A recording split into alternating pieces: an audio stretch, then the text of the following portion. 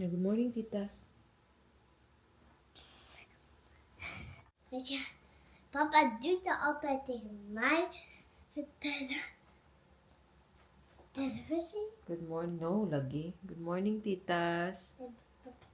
It's Wednesday. Off si mama. Grabe yung breakout. Napaparty ngayon, Grabe. Ik ga kleuren boven. Ang sakit pa naman. Nay, you just stay here, my love, because we have to brush your teeth. We have to get ready. Mama. And look at your pants, love. Look at your pants. Put it down. The other side. Mama. Yes. Yeah, that's your color book. That's your coloring book.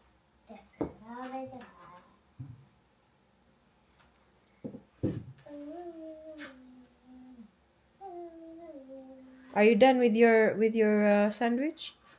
What? Are you done with your sandwich? Your boterham? Ben nog niet klaar met de etenskaart? Kumusta po kayong lahat? I hope okay po kayo. Ngayon ay...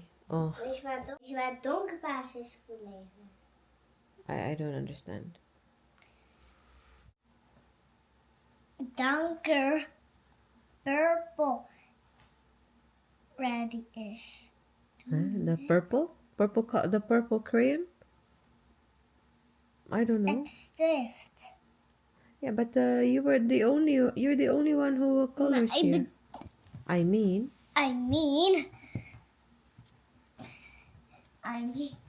do you know where it is? But I know. where is it? Dat is in dat huis waar we voor vakantie. The cabin, the chalet. Yeah. Oh, it's still there. How can we get it back? It's too far. Yeah. You still have a lot of colors, my love. Yeah, I still have another purple. Oh, that's good. This one.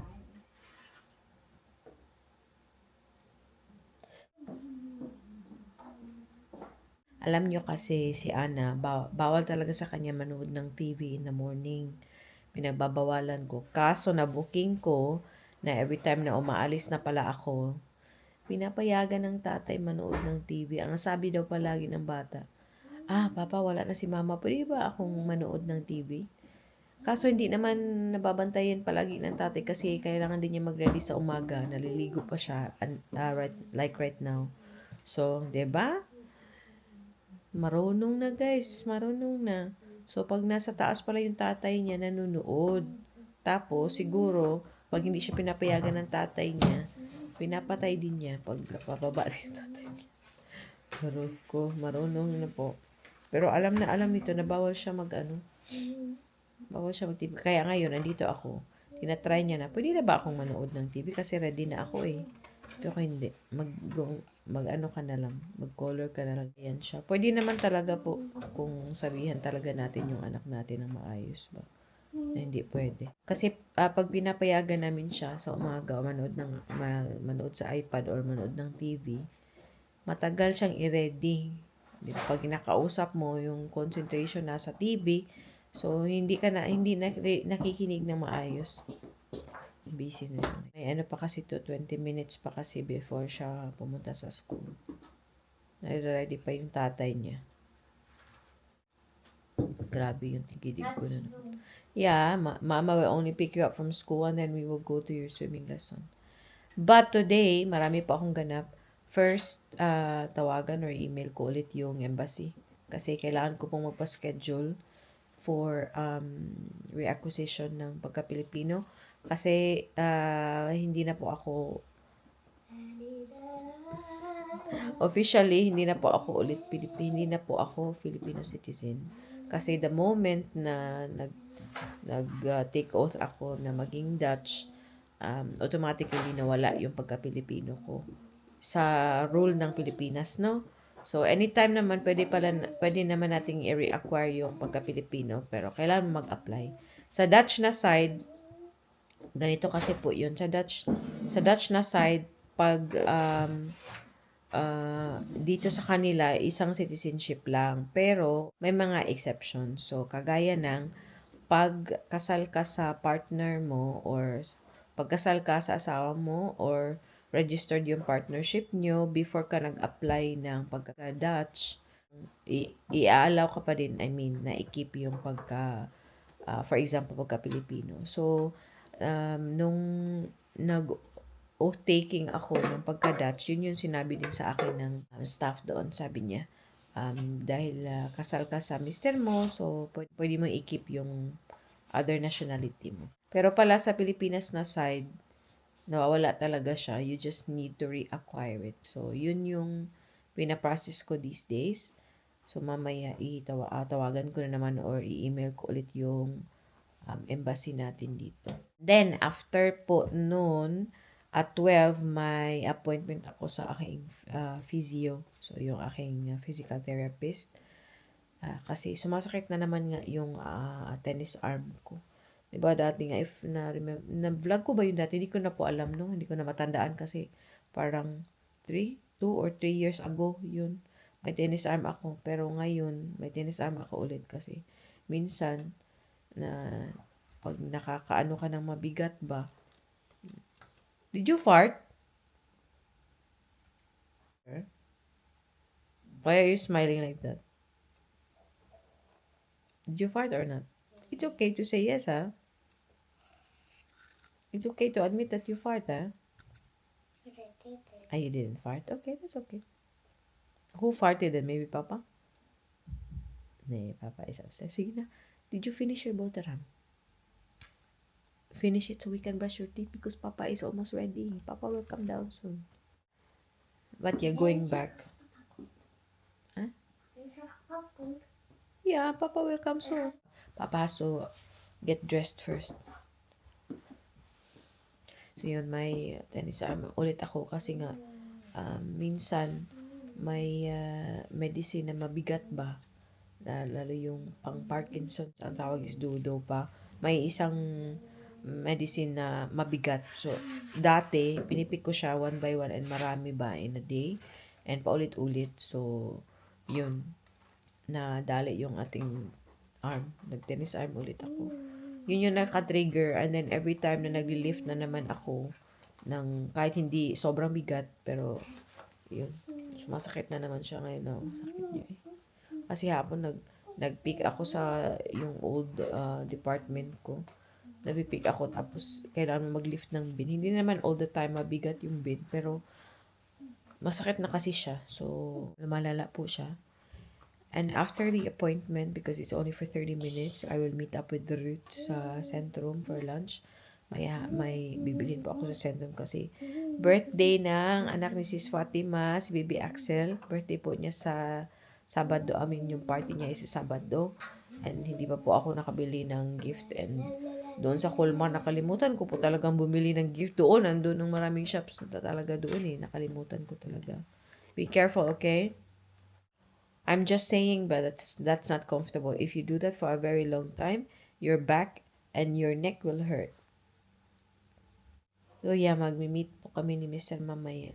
And then after namin mag-lunch ni Mr., diretso po ako sa school ni Ana. Or pag may time pa, uwi po ako ng bahay. Mag-ready ng gamit niya for the swimming lesson. Pick upin ko siya sa school and then punta na po kami swimming lesson. So, busy po ang ating day off. And then, of course, pag nasabay ako linis ako ng konti. Hindi na masyadong, dibdibin yung paglilinis today kasi meron po ako, pag second day, talagang masama yung pakiramdam ko ba. Masakit yung katawan ko pag second day. A few moments later. Nasa appointment na po ako. Naghihintay na lang. Grabe yung breakouts ko eh. Tapos na po ako sa aking physio. And may mga exercises akong kailangan gawin. Andito na po kami sa Hema. Dito na kami dalawa ni Ruth. Kasi malapit lang naman ako sa Centrum. So, kaya magsabay na lang kami mag-lunch. After nito, busy na yung hapon natin. Dito na rin po ako maghanap-hanap ng gift para kay Baby Axel. And if wala akong makita, may isa pang gift shop malapit dito. So, puntahan natin. It's Macaulay. Kain na tayo. May chocomel ako dito. Chocolate. Hot chocolate. And then this is cheese bread. Kuha na ako ng gift. Ang cute ng mga ano dito. Dito nakita ko for Ana. So, balik kami dito ni Ana. Hi guys, bahay na po ako. And nire-ready ko na yung mga gamit ni Ana para sa swimming mamaya.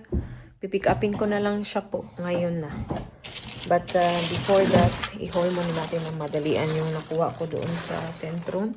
Pero yung gift po, hindi ko na ipakita kasi nakarap na po siya. Si ano lang, si Lexi, yung kaibigan ni Ana, kapatid ni Axel. Yung eldest Mrs. Fatima, kinunan ko din ng ano, para meron din siya. Si Ana, kukunan ko din ng ganito. May ano siya, oh. May set na nail polish. Ano siya, na natatanggal siya na nail polish. And then, lip gloss. Kasi nahihilig na din daw sa lip gloss.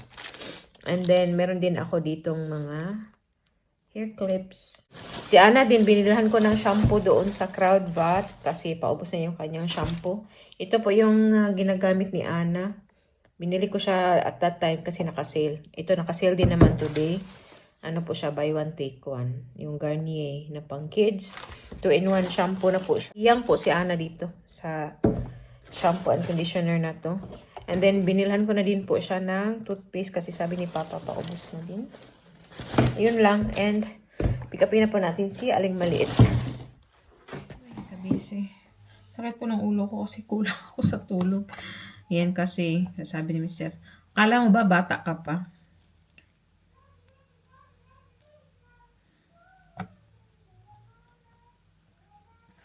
Wala, daot na din. Kadali po niya na daot. Paspas na daot sa bread. Uy, so, we have to buy new bread for later. Kaya sure ko after ng swimming ni Ana. Kasi mag-swimming lesson na siya in few minutes. Mga 20 minutes na lang. Pero hindi naman kami ganyan kalayo. Pag nagbabay kami, mga within 10 minutes, andun na kami. Busy masyado ang ating araw. And kailangan ko pong bumalik doon sa aking therapy. Mag-therapy ulit ako next week. Ibang therapist kasi yung therapist ko today. Uoperahan siya next week. Sabi ko, ano ba yan? Pero buti na lang, after work, pwede akong pumunta sa kanila. So, 5 o'clock. So, it means na kailangan ko magmadali. After work, hindi ako pwede mag-overtime sa Thursday. Right after ng trabaho, pick upin ako ng father-in-law ko. And diretso na kami sa appointment ko. Kasi, 5. Busy po yun. Araw na yun din. Grabe naman, uy. 5 to 5:30 ang aking appointment. Tapos, may dinner appointment kami. Punta kami namin, balik na kami sa FECO. Kay appointment namin sa dinner doon sa auntie at uncle ni Ruth ba. 5:30 pa naman din kasi ang ni Ruth, ang tawag nito, ang kanyang din, ang trabaho niya. Love, change na love. Change na and then you can eat your butter ham. We have to buy new bread lang because your bread is already kuhan.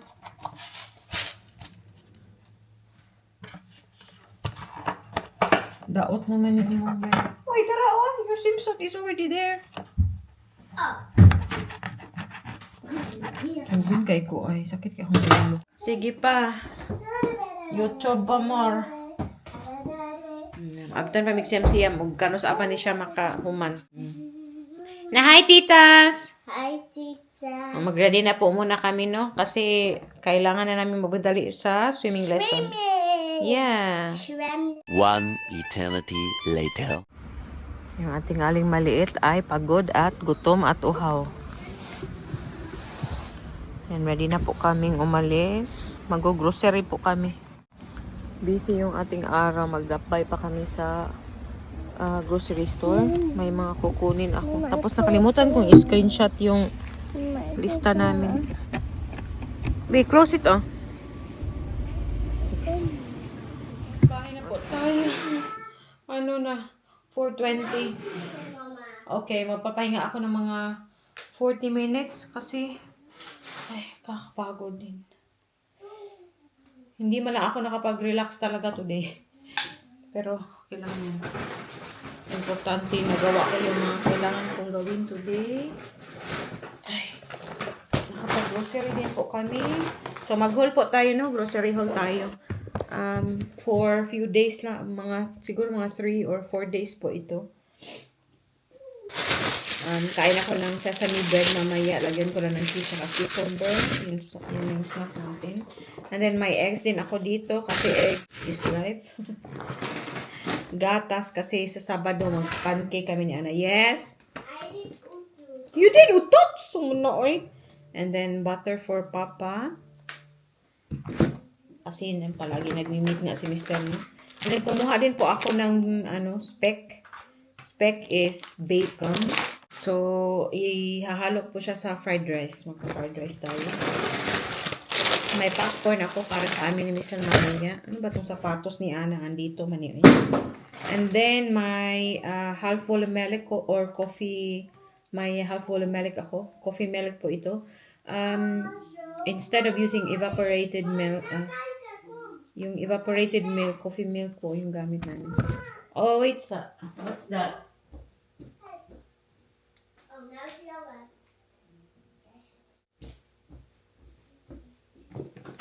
And then, may chicharon din ako dito. Indonesian style na krupuk or krupik sa atin. No? Pero ako may chicharon ako. Papakin ko mamaya. Pero kasi yung chicharon kasi magpapagana, no? Kaya pag sinasasa sa suka ba? Okay. And then, kumuha din po ako ng saging. Magbabaon po ako sa trabaho para yan na yung snack ko. Tapos blueberry sa second break ko. Tapos, kumuha din ako ng tortilla wraps para mag-variation ako ng carbs na naman. Para hindi naman palagi tinapay. And then, si Ana kumuha ng donut. And then, yung aking smoked salmon, ilalagay ko po sa aking wrap. Bread for me, para sa trabaho. Bread ni Ana. Oh, ito pala, bread for Ana. Si Ruth, tinapay si Ruth sa gabi, guys. Pag nagugutom siya, gumagawa po siya ng gani? Talaga, ang mahal ng nakuha ko palang oy. Avocado. Uy, banan. Slack of speck. Avocado. Uy, ginawa ko. €4.50. My God. Hindi na po ako ulit bibili doon sa Spar. Konsensya sa tagkaon. So, ibabaunin ko po siya sa trabaho, no? Yung wrap, bukas ako gagawa sa umaga. Maaga akong gagawa ng wraps. Avocado, cucumber, tsaka salmon. Yun yung aking baon tomorrow. Para hindi na po ako bumili doon sa vending machine doon kasi ang mahal. So, yun lang po yung ating napamili tonight, earlier. So, itong potatoes na flavored na siya, ready to cook na. Ito po yung i-prepare namin sa pork, tawag nito, pork belly. Kasi nasasarapan din si Ruth. Pero siya yung palulutuin ko ng pork belly kasi may luto siya na masarap ba. Hindi niya po nilalagyan ng tawag dito. Ang sinisison niya ng konti. Salt lang yata or pepper. Pero ang sarap po. So siya yung palulutuin ko mamaya. Let's put this away. At ako ay kakainin. Gutom ako eh. So hintayin na lang po namin. Magre-rest po ako and hintayin namin si Mr. And magre-ready kami ng dinner together. Start na tagluto kay uli na atong Paris. I will first do the potatoes.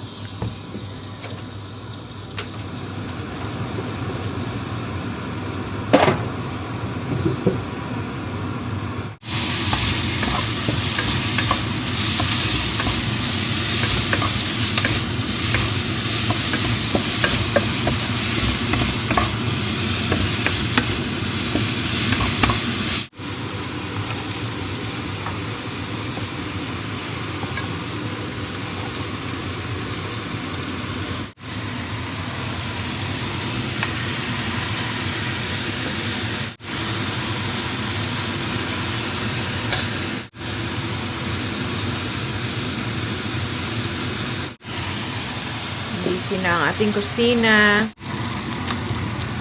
Ating fried rice.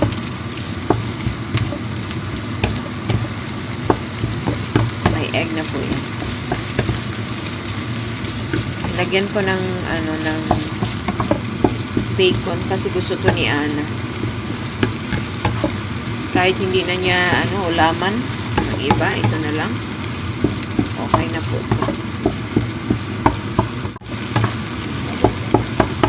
Hinaan lang natin.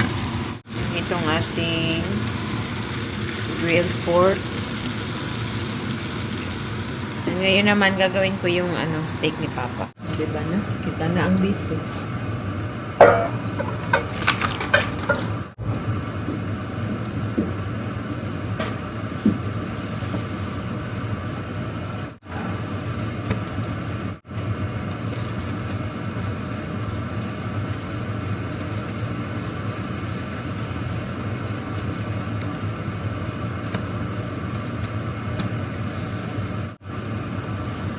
Okay na po yung rice.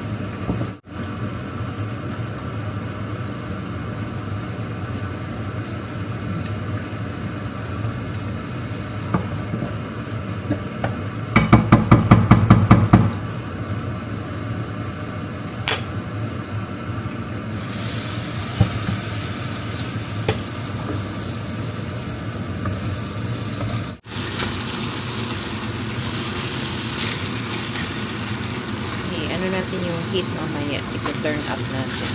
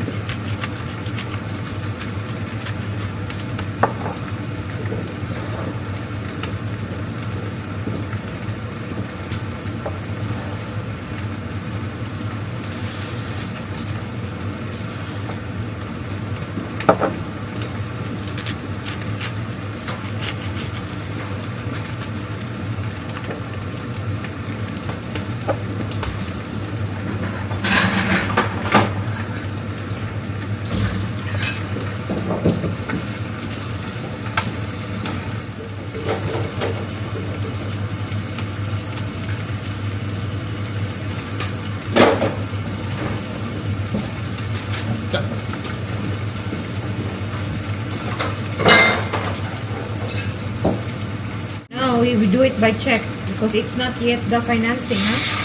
It's the down payment. Oh, so we have to pay it every time. We have to pay her. Otherwise, we have Pay it, okay.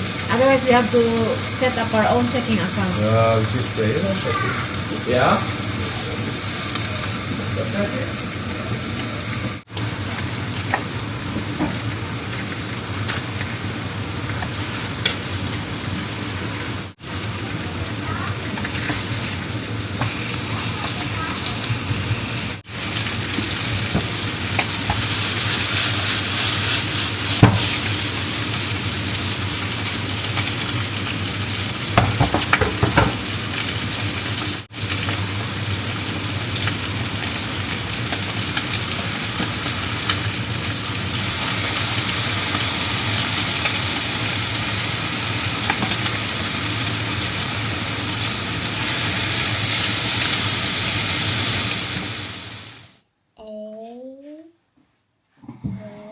Oh, sige na, pag-eat na.